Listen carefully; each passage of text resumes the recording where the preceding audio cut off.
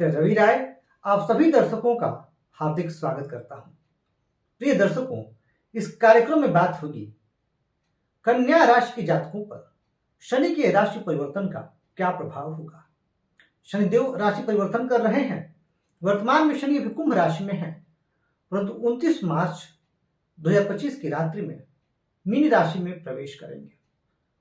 अब शनि के इस राशि परिवर्तन का प्रभाव बड़ा व्यापक होगा, क्योंकि शनि एक राशि में 2.5 वर्ष रहते हैं।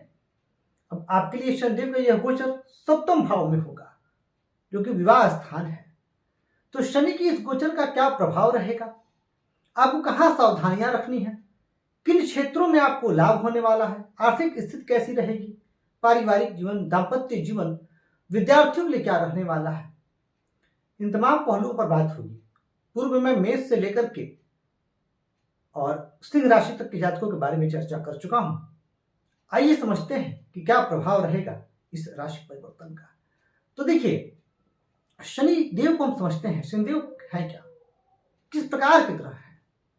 तो ये दंडाधिकारी है और कर्म फल प्रदाता है। आप जैसा कर्म करेंगे वैसा फल शनिदेव आपको प्रदान करेंगे। तभी मैं कहता हूं कि अगर शनि की ढैया भी आ रही हो, 7.5 भी आ रही, तो आपको विशेष डरने की आवश्यकता नहीं है, क्योंकि अंततः शनिदेव हमारे अंदर सुधार ही करते हैं और हमें आगे बढ़ने के लिए ही प्रेरित करते हैं। और आपके लिए तो कई चीजें बेहद अनुकूल हैं इस राशि परिवर्तन में। तो सबसे पहले समझते हैं कि आपकी राशि के लिए शनिदेव स्वामी कहाँ कहाँ के हैं। तो शनिदेव स्वामी हैं पंचम भाव के, जो कि एक त्रिकोण है, और साथ ही साथ छठे भाव के, जो कि रोग, ऋण और शत्रु को दर्शाता है।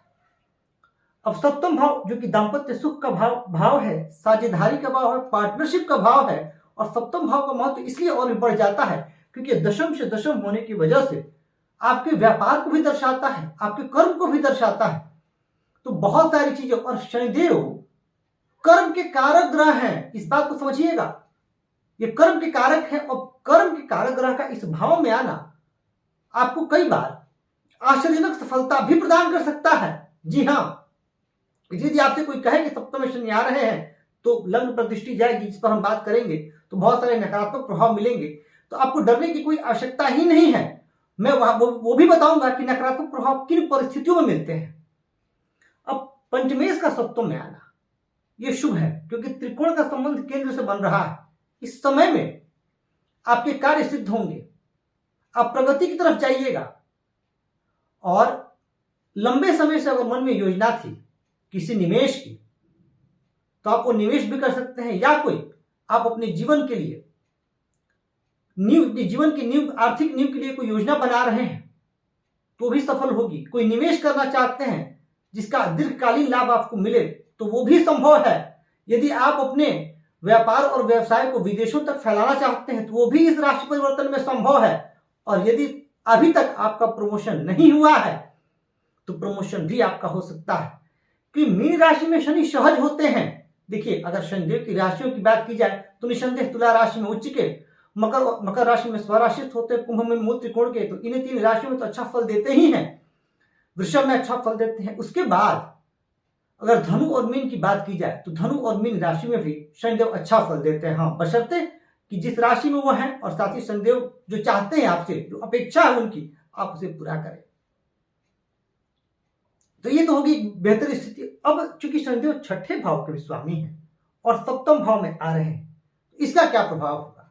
तो देखिए, चूंकि पंचम के स्वामी और सप्तम में आ रहे हैं, तो पंचम भाव ज्ञान का भाव है, विवेक का भाव है, बुद्धि का भाव है। तो निसंदेह आप अपने ज्ञान से लाभ प्राप्त करेंगे, अपने विवेक और बुद्धि से लाभ प्राप्त करेंगे। और जो जातक प्रेम विवाह करना चाहते थे, उनका इस राशि परिवर्तन में प्रेम विवाह होता हुआ भी दिखाई दे रहा है। यानी प्रेम विवाह के लिए भी बहुत अनुकूल स्थिति शनिदेव यहां बना रहे हैं। परंतु चूंकि छठे के भी स्वामी हैं, तो कुछ समस्याएं आपके दाम्पत्य जीवन में भी उपस्थित करेंगे। और वो समस्याएं क्या होंगी। पत्नी का स्वास्थ्य खराब, क्योंकि ये शत्रु ऋण भाव, रोग भाव भी है। साथ ही साथ चूंकि शत्रु भाव है, इस वजह से कई बार वैचारिक मतभेद, मनमुटाव, थोड़ा लड़ाई झगड़ा ये बढ़ जाएगा।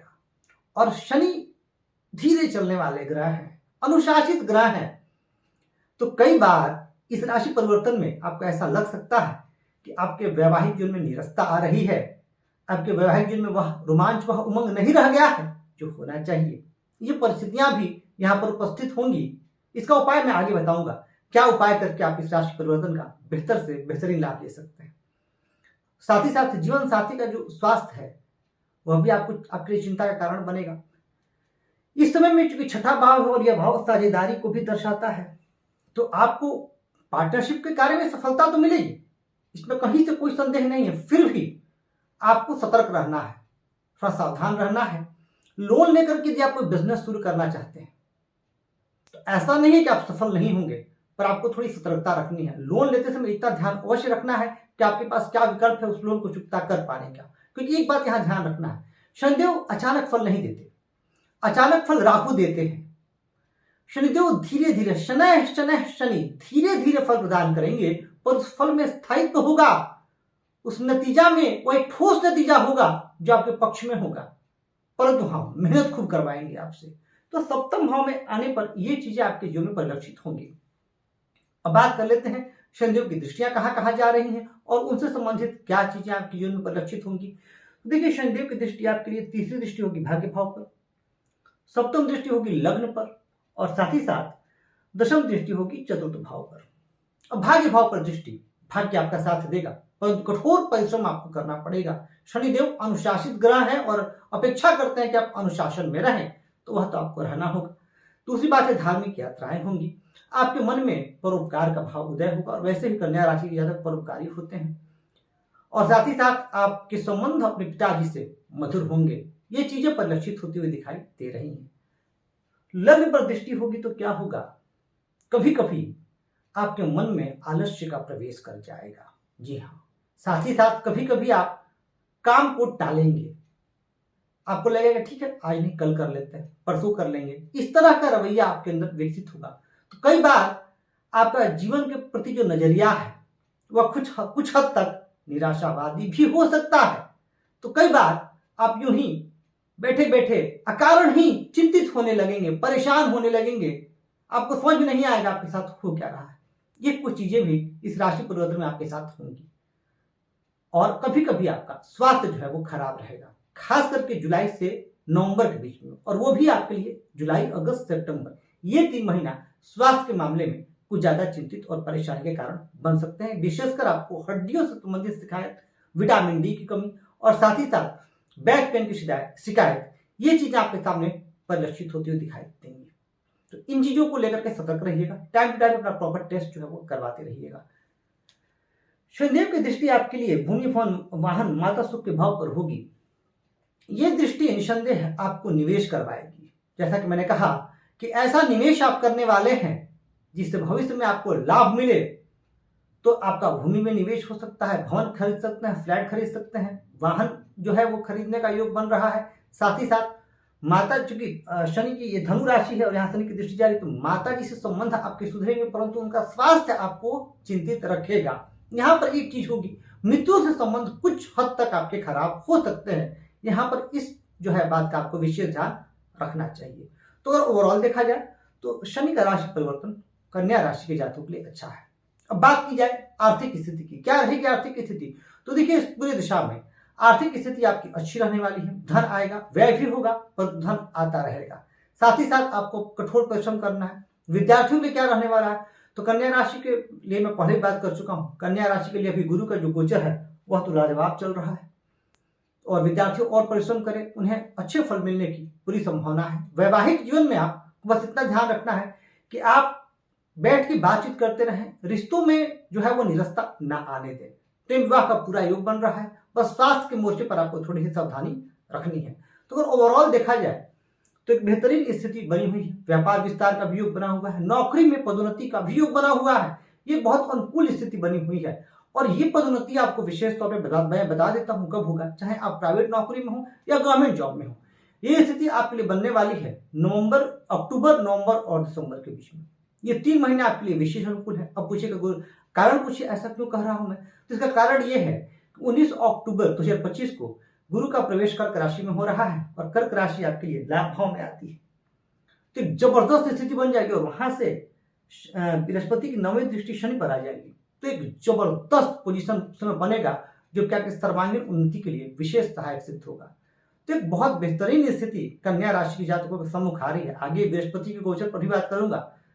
बृहस्पति का प्रवेश जब मिथुन में होगा, राहु भी राशि परिवर्तन कर रहे हैं। 2025 यह साल जो ज्योतिषीय दृष्टिकोण से बहुत महत्वपूर्ण है।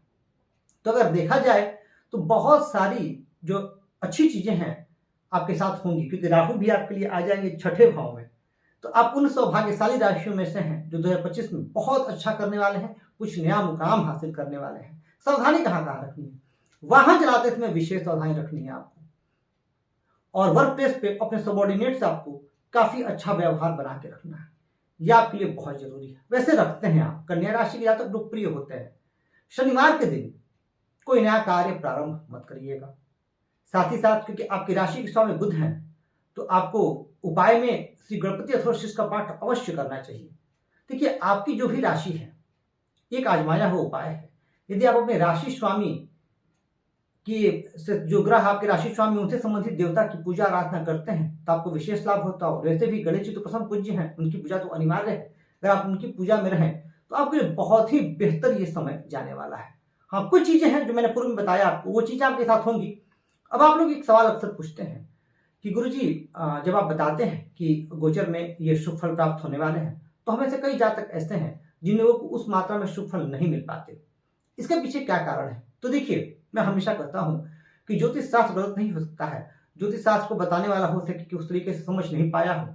बहुत सारे फैक्टर्स जो है वो डिपेंड करते हैं। अब मान लेते हैं कि मैंने ये आपको फल बताया, अब महादशा और अंतर्दशा अनुकूल ग्रहों की नहीं चल रही, या जिन ग्रहों की चल रही है उनकी डिग्री वाइज वो स्ट्रेंथ नहीं है, तब आपको शुभ फलों में कमी आएगी। अब महादशा और अंतर्दशा भी जो कारक ग्रहों की चल रही है और गोचर में भी अच्छी स्थिति बनी हुई है, उस समय जो शुभ फल है वो विशेष मात्रा में परिलक्षित होते हैं। अच्छा, कन्या राशि के जातकों की काम और करना है।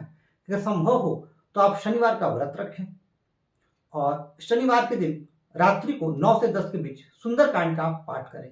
यह भी आपके लिए परम कल्याणकारी होगा। और जितना हो सके आप लोगों की मदद करें। जो जरूरतमंद है, ठंड का जैसा महीना भी चल रहा है, तो जो जरूरतमंद है उन्हें काला कंबल दान यथाशक्ति जितनी आपकी शक्ति हो अपने सामर्थ्यानुसार आप करें। आपके लिए शनि का गोचर बहुत ही लाजवाब रहने वाला है। चिंता की कोई विशेष बात आपके साथ नहीं है यदि आपकी महादशा और अंतर्दशा अनुकूल ग्रहों की चल रही है। प्रिय दर्शकों, जिस तरीके से आपका प्यार और स्नेह मिल रहा है, मैं हृदय से आप सभी के प्रति अपना आभार व्यक्त करता हूं और कहूंगा इसी तरह चैनल को सब्सक्राइब करें और वीडियो को लाइक और शेयर करके हमें अपना प्यार और स्नेह देते रहें। मैं आप सभी के स्वस्थ, सुखी, समृद्ध, यशस्वी एवं दीर्घायु जीवन की कामना करता हूं।